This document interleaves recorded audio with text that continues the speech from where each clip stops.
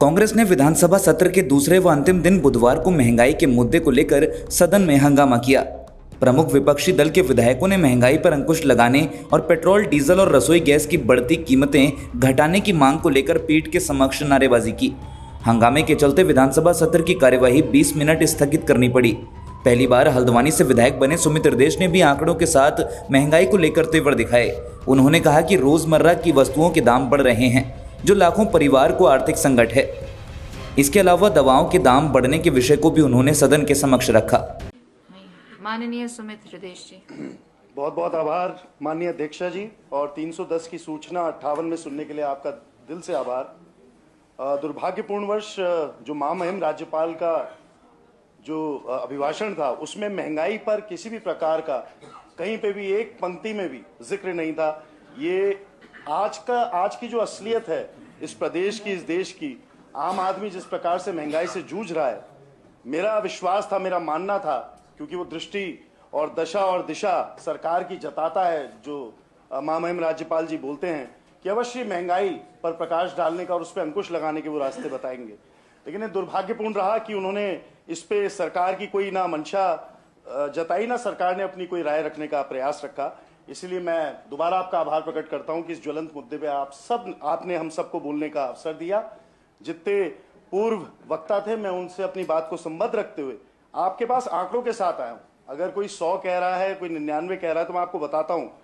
अल्मोड़ा जिला हेडक्वार्टर में 98.91 रुपए का पेट्रोल आज की तारीख में, बागेश्वर में 99.32, चमोली में 100.55, चंपावत में 99.62, देहरादून में 98.64, हरिद्वार में 97.89, नैनीताल में 97.82, पौड़ी में 98.72, पिथौरागढ़ में 100.54, रुद्रप्रयाग में 100.51, टेहरी गढ़वाल में 99.40, उधम सिंह नगर में 98.67, उत्तरकाशी में 100.13। ये असलियत है आज के पेट्रोल के दामों की। असलियत अगर आप सिलेंडर के दामों की भी जानना चाहें तो जो हेडक्वार्टर्स के रेट हैं वो भी मेरे पास जिलेवार हैं। अल्मोड़ा में 937 रुपए का, बागेश्वर में 937 रुपए का, ये मार्च अंतिम के आंकड़े हैं। चमोली में 935 रुपए 50 पैसे का, चंपावत में 937 रुपए 50 पैसे का, देहरादून में 918 रुपए 50 पैसे का, हरिद्वार में 918 रुपए 50 पैसे का, नैनीताल में 920 रुपए का, पौड़ी में 935 रुपए 50 पैसे का, पिथौरागढ़ में 937 रुपए का, 935 रुपए 50 पैसे का रुद्रप्रयाग में, 935 रुपए 50 पैसे का टेहरी गढ़वाल में, उधम सिंह नगर में 920 रुपए 50 पैसे का, और उत्तरकाशी में 935 रुपए 50 पैसे का। ये हेडक्वार्टर्स के रेट्स हैं। अब आप समझ लीजिए, विशेषतम जो पहाड़ी इलाके हैं, जो वहां पे कार्टेज है, जब तक वो ग्राहक तक ये सिलेंडर पहुंचता है या ये पेट्रोल पहुंचता है या डीजल पहुंचता है, आप बेहतर समझ सकते हैं कि कितनी महंगाई। आप कह रहे हैं आपने मुफ्त राशन बांटा, बहुत अच्छा करा। उस महंगे तेल में, उस महंगी गैस को चला के, उसको पका के खाने में वाकई में आम आदमी को आज बहुत मजा आ रहा है। तो ये सोचने का विषय है कि सरकार इस पे कोई प्रकाश डालने को, या सरकार इस पे अपनी कोई भी राय और मंशा दिखाने में बिल्कुल असमर्थवान रही। इसके साथ साथ आप देखिए, अगर हम सेंट्रल एक्सचेकर की बात करें तो जब से केंद्र में भाजपा की सरकार आई है, 2014 से 15 में 1,72,065 करोड़ रुपए एक्सचेकर को कंट्रीब्यूशन गया है पेट्रोलियम सेक्टर से मात्र। 2015-16 में 2,54,297, 2016-17 में 3,35,175, ऑल फिगर्स करोड़ में है।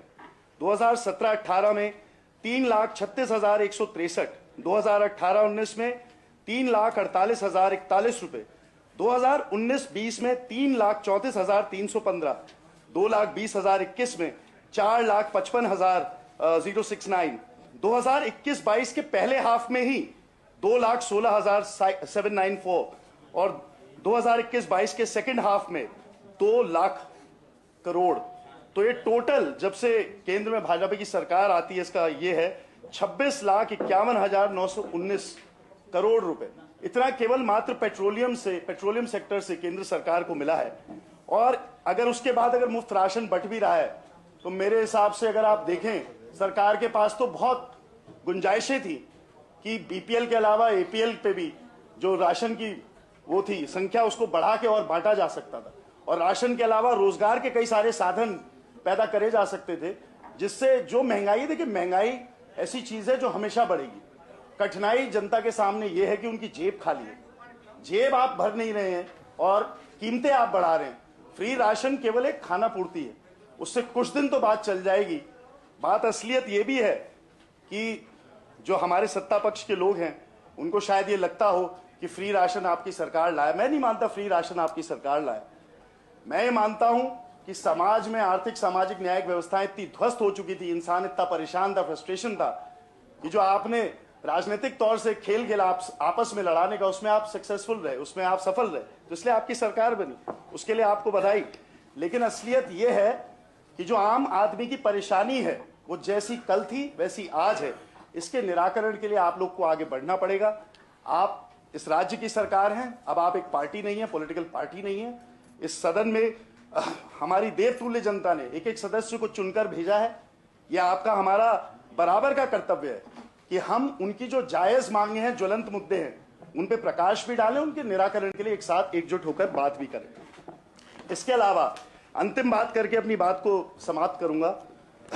पेन किलर्स, एंटीबायोटिक्स और एंटीइफेक्टिव सहित आवश्यक दवाओं की कीमतें अप्रैल से बढ़ने वाली हैं।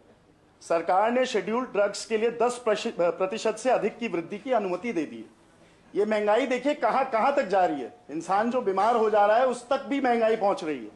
भारत के ड्रग प्राइसिंग अथॉरिटी ने शुक्रवार को अनुसूचित दवाओं की कीमतों में 10.7% की बढ़ोतरी की अनुमति दी, जो मूल्य नियंत्रण में है। यह हाईएस्ट प्राइस हाइक अलाउड है सरकार के द्वारा।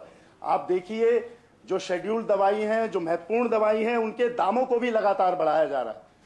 और NLEM सूची में पैरासिटामोल जैसी दवाएं, एजिथ्रोमाइसिन जैसी एंटीबायोटिक्स, जीवाणु संक्रमण, अनीमिया विरोधी, विटामिन और मिनरल के इलाज के लिए उपयोग की जाती हैं।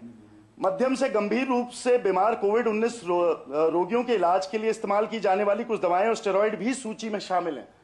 तो ये सारी, जब आप दवा से लेके और गैस से लेके और पेट्रोल से लेके और डीजल से लेके हर चीज में वृद्धि करेंगे तो कैसे आम इंसान जिएगा। तो इसलिए आज आपने इतना समय हम लोग को दिया इस अति ज्वलंत मुद्दे पे चर्चा करने के लिए, उसका मैं आभार प्रकट करता हूं। धन्यवाद। माननीय